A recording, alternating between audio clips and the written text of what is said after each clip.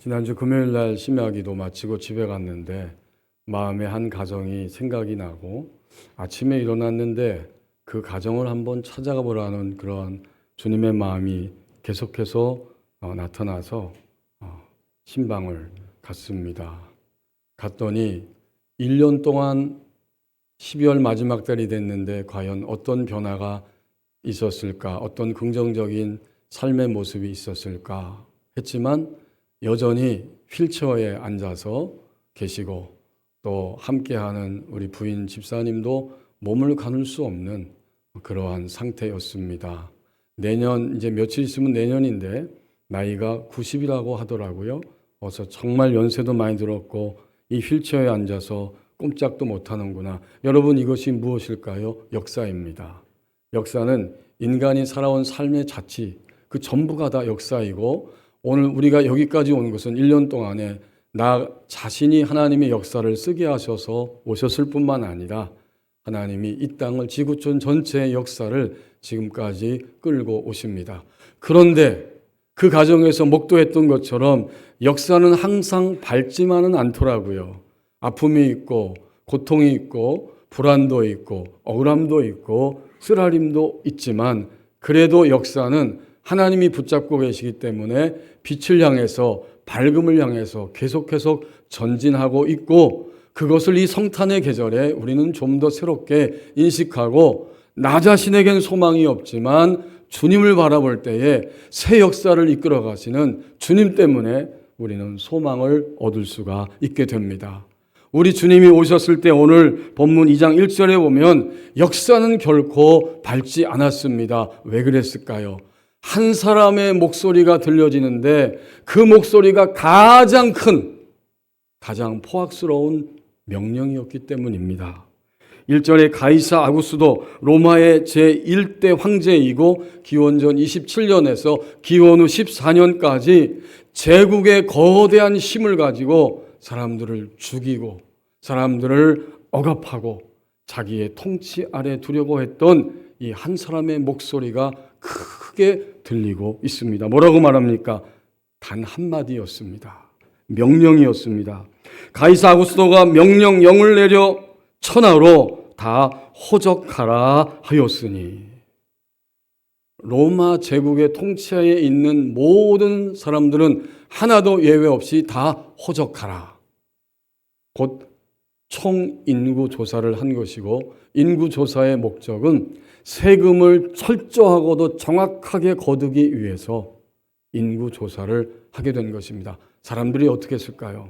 어쩔 수 없이 그 한 사람의 가장 큰 목소리에 휘둘려서 어쩔 수 없이 호적하러 가는 중에 바로 요셉의 가정, 요셉과 마리아의 가정도 고향으로 돌아가서 인구 등록 조사에 응해야 되기 때문에 그리도 가고 있었고 그때 이미 마리아는 아기를 잉태하고 있었습니다.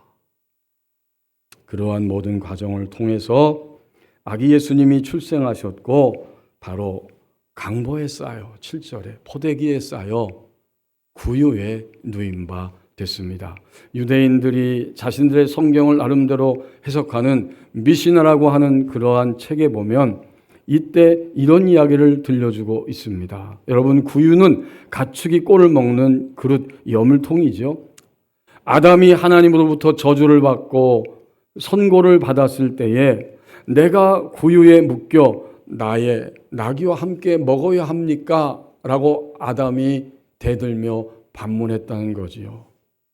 첫째 아담은 결코 구유에 누울 마음이 없었지만 둘째 아담으로 찾아오신 아기 예수님은 구유에 누워서 계셨다는 사실을 오늘 우리가 읽을 수가 있습니다. 아기 예수님은 이 땅에 왜 오셨을까요? 이 역사 속에 사랑의 목소리를 들려주시기 위해 우리 가운데 찾아오셨습니다. 예수님의 탄생은 고통이 있는 이 온 인류에 사랑의 목소리를 들려주시기 위해서 말구유에 누우셨던 것입니다. 이 당시에 가장 큰 목소리가 들려졌는데 누구의 목소리이죠? 우리가 1절에서 확인한 것처럼 왕의 목소리입니다. 그는 바로 황제입니다. 왕의 가장 큰 목소리가 들려졌지만 세상은 평온하지 못했습니다. 사랑의 목소리를 갈구하고 있었고 그 사랑의 목소리를 들려주시려고 예수님은 그 고통의 땅에 찾아오셨고 거기에 오셔서 사랑의 목소리를 들려주기 시작하십니다. 도대체 이 한 사람의 큰 목소리, 이것은 무엇인가? 이것은 가이사 아구스도 로마의 제1대 황제인 왕, 그가 들려주는 목소리인데 이 목소리는 현실적 외부적 세계가 나에게 왕인 목소리, 그 현실입니다. 우리 지난 1년 동안 주님을 믿고 살아오면서 가이사 아구스도 그 가장 큰 목소리, 그 목소리가 우리 가운데 들려오지 않았습니까? 이것은 외부에서 그리스도인된 나를 압박하고 누르고 공격하는 이러한 목소리입니다. 전적으로 나를 지배하고자 하는 이 힘 있는 왕 같은 것들이 군림하는 것이고 이때 나는 어떡하지요? 나는 그 가장 큰 목소리에 오늘 온 천하가 마리아와 요셉의 가정도 어쩔 수 없이 철저히 그 명령을 따를 수밖에 없는, 그래서 포로가 되고 휘청거리고 자유함이 없는 상태가 되지는 않으셨습니까? 외부적으로 오는 가장 커다란 목소리, 왕의 목소리가 이 시대에도 들려집니다. 동시에 이것은 무엇이냐면 가이사 아구스도처럼 나의 내면의 생애가 왕인 현실입니다. 나의 내면의 세계가 왕이기 때문에 나 외에 다른 사람들은 다 따라야 할 종들에 불과하지요. 결국 나의 내면의 세계가 왕이고 그때 다른 사람들은 나 때문에 힘들어하고 고통스러워하고 억압된 상태에 떨어지게 됩니다. 결국 외부의 세계가 나에게 왕인 현실이 있고 나의 내면의 세계가 왕이 되어서 왕노릇하고 왕놀이하는 이러한 현실이 있습니다. 이것이 바로 1절에서 가장 크게 들려지는 예수님이 탄생하기 직전의 현실이었습니다. 1년 동안 우리는 이 왕의 목소리, 나에게 가장 크게 들려지는 왕의 목소리를 들었을 것입니다. 본문이 보여주는 것처럼 억압하려고 하는 지배 욕구로 가득 찬 로마 황제의 이 가장 큰 목소리가 들려질 때 이것은 인간에게 마귀의 나라를 경험시키는 것이고 거기에는 강제력이 있고 폭력이 있고 거짓이 있습니다. 그러나 놀랍게도 감사하게도 아기 예수님이 사랑의 목소리를 들려주시기 위해서 그 역사의 한복판에 탄생하셨습니다. 새 역사를 위해 역사 안으로 찾아오신 것입니다. 미국에서 어느 주일학교 아동부에서 12월 달에 성탄 연극을 하게 되었습니다. 랄프라고 하는 초등학생 5학년 학생이 맡은 역할은 딱 하나입니다. 사람들은 그가 지능이 떨어지기 때문에 그 역할을 맡기고 싶지 않았지만 그 부모님을 바라보면서 랄프에게 연극 역할을 맡겼는데 여관 주인의 역할이었습니다. 이 랄프는 한마디만 하면 됩니다. 방이 없어요. 방이 없어요. 이 한마디면 됩니다. 빈 방이 없어요. 이제 예배를 하면서 엄마 아빠와 여러 사람들이 함께 모여 예배하고 연극을 하게 됐어요. 이 초등학생 5학년 랄프가 마리아와 요셉이 아기를 안고 딱 여관 앞에 도착했을 때 그는 드디어 한마디를 결정적으로 하려는 순간인데 왠지 마리아와 요셉을 보니까 눈물이 글썽글썽해지면서 기를 쓰고 고민하다가 이렇게 외치게 됩니다. 저에게는 방이 있어요. 저희 집으로 오시면 됩니다. 연극은 망가지고 실패했다고 생각이 됩니다. 그러나 오히려 랄프의 그 한마디, 저에게는 방이 있습니다. 저의 집으로 오십시오. 그것이 그날 예배에 참여한 모든 엄마 아빠와 회중들에게 감동의 눈물을 흘리게 하였다. 이러한 이야기가 실화로 전해지고 있습니다. 우리 주님 오셨을 때 왕노릇하고 왕놀이하는 목소리가 가장 크게 들렸는데 주님을 맞이할 만한 중심은 전혀 갖춰져 있지 않았기 때문에 7절 말씀에서 이렇게 기록하고 있습니다. 첫 아들을 낳아 강보에 쌓여 구유에 누였으니 이는 여관에 있을 곳이 없음이로라. 왕의 목소리는 커다랗게 들려지고 있고 로마 제국의 왕의 목소리와 그것을 시중들기 위해서 함께 전력 투구하는 왕놀이하는 사람들의 목소리는 엄청 크게 들려지는 현실이었지만 아기 예수님은 거할 곳이 없는 상태가 되었던 것처럼 오늘도 자신이 왕노릇하는 사람과 함께 서서 왕놀이하느라고 정신이 없는 그러한 사람들 가운데는 예수님이 들어오실 공간이 없습니다. 신약성경 전체를 주석했던 지금은 고인이 되신 이상근 박사님이 이 7절의 말씀을 이렇게 의미 있게 들려주고 있더라고요. 하여튼 돈과 순서와 안면만이 통하는 여관에 성탄의 장소는 없었다. 그런데 굉장히 역설적인 게 있습니다. 자신이 왕노릇하고 추종하는 자들과 함께 왕놀이가 이루어지는 그러한 현실 속에는, 그러한 그리스도인의 심장 속에는 역설적으로 자신이 자신의 지배를 받는 노예로 살아가게 됩니다. 악한 영이 주님이 왕이시지만 네가 왕이라고 강력하게 속이고 공격하는 거기에 휘청거리면서 마침내 견디지 못함으로 자신이 왕되어야만 하는 현실로 내몰리기 때문에 그는 노예가 되고 마는 것입니다. 자신이 왕노릇하는 자리에서 내려올 때에 마침내 사랑의 목소리, 우리 주님의 음성이 점점 선명하게 들려질 수 있습니다. 제가 어제 말씀을 준비하는데 제 마음에 이런 생각이 들었습니다. 내가 인간의 모든 것을 책임지고 인도하는 왕이란다. 나의 인도와 지도를 따름으로 너희가 노예 상태에서 벗어나 자유하는 하나님의 본래적인 형상대로 회복되어 살아가는 생명의 사람이 되어질 수 있단다. 결코 가이사 아구스도의 목소리가 아니다. 결코 왕노릇하는 자들의 목소리가 아니라 사랑의 목소리를 들려주시려고 아기 예수님은 2025년에도 우리 가운데 새롭게 찾아오십니다. 이제 8절에서 10절 말씀을 보십시오. 큰 기쁨의 좋은 소식은 모든 것을 상대화시킵니다.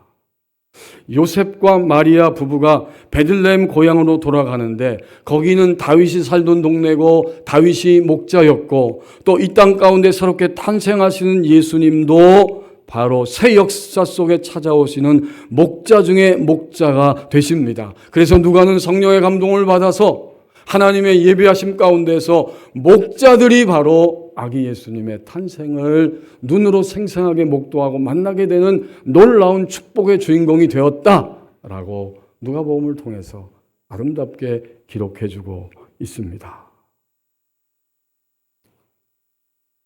8절에서 10절에 보면 목자들이 자기 사명에 충실하며 맹수로부터 양떼를 지키기 위해서 양떼를 지키고 있을 때 불쑥 갑자기 천사가 나타나서 외치고 천사들이 함께하며 말합니다. 천사가 이르되 무서워하지 말라. 보라, 내가 온 백성에게 미칠 큰 기쁨의 좋은 소식을 너희에게 전하노라.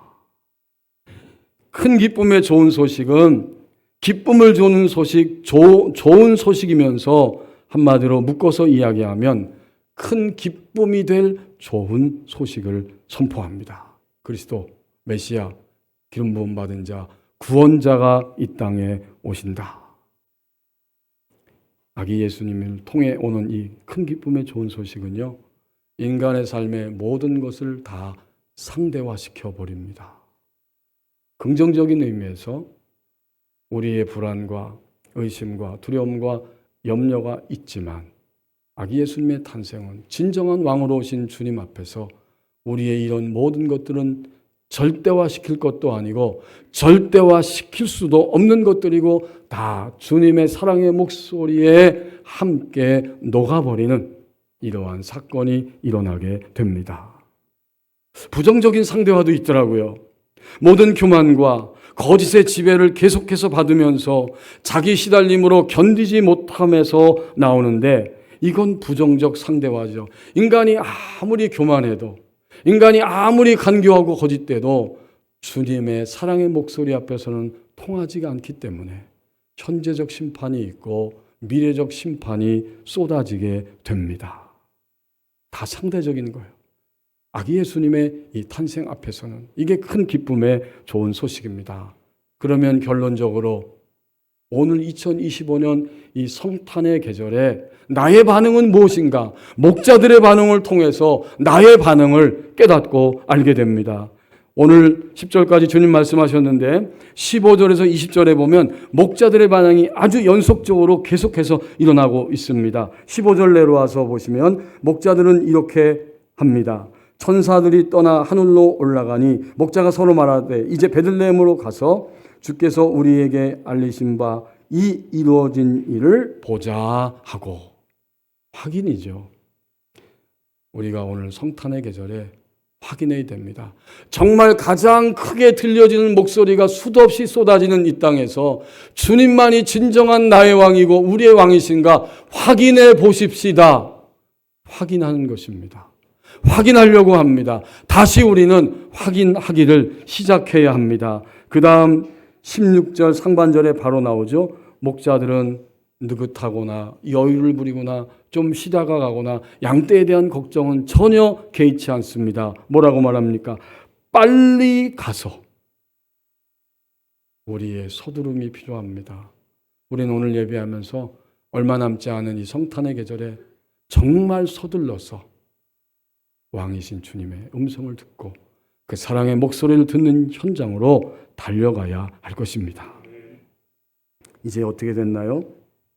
마지막 20절 말씀 보면 목자들이 거기에 도착했습니다. 그들이 이루던 바와 같이 선사들이 이루던 바와 같이 듣고 본 그 모든 것으로 인하여 하나님께 영광을 돌리고 찬송하며 돌아가니라. 목자들은 삶의 현장으로 돌아왔지요. 그러나 그날 이후로 그들의 인식은 완전히 새롭게 됩니다. 완전히 새로운 눈을 뜨게 됩니다. 그들의 인식 속에는 무엇이 있었을까요? 이런 것이 있었습니다. 앞으로 나의 인생에, 우리의 인생에 큰 기쁨의 소식은 항상 여기에 있다. 그게 인식의 변화입니다. 많은 소식들이 들려오고 목소리들이 있지만 큰 기쁨의 좋은 소식은 항상 있다. 이것이 삶의 연칙인데 어디에 있냐면 바로 여기에 있습니다. 이제 우리는 이 소식에 반응하기만 하면 되는 것입니다. 우리의 반응, 나의 반응이 목자의 반응이 될 때 새 생명의 역사, 새 역사 안으로 우리는 들어가게 될 것입니다. 기도하겠습니다. 하나님 아버지, 로마의 제국주의자인 가이사 아구스도가 큰 목소리로 명령했을 때 그것은 가장 크게 들리는 목소리이기 때문에 제국의 모든 사람들은 어쩔 수 없이 그 명령을 따라서 고향까지 돌아가서 인구 조사에 응할 수밖에 없었습니다. 억압하고 강압적이고 자기 지배적인 욕구를 가지고 그렇게 사람들을 휘두르고 있는 역사 속에 사랑의 목소리를 들려주시려고 아기 예수님은 찾아오셨습니다. 찾아오십니다. 목자와 같이 확인하고 서둘러서 그의 영광을 보고 이제는 분명한 인식의 변화를 가지고 우리의 남은 요 한 해와 남은 생애 전체를 살아가게 하옵소서. 새 생명의 역사에 참여하는 우리의 새로운 날들이 되게 하여 주옵소서. 예수님의 이름으로 기도하옵나이다. 아멘.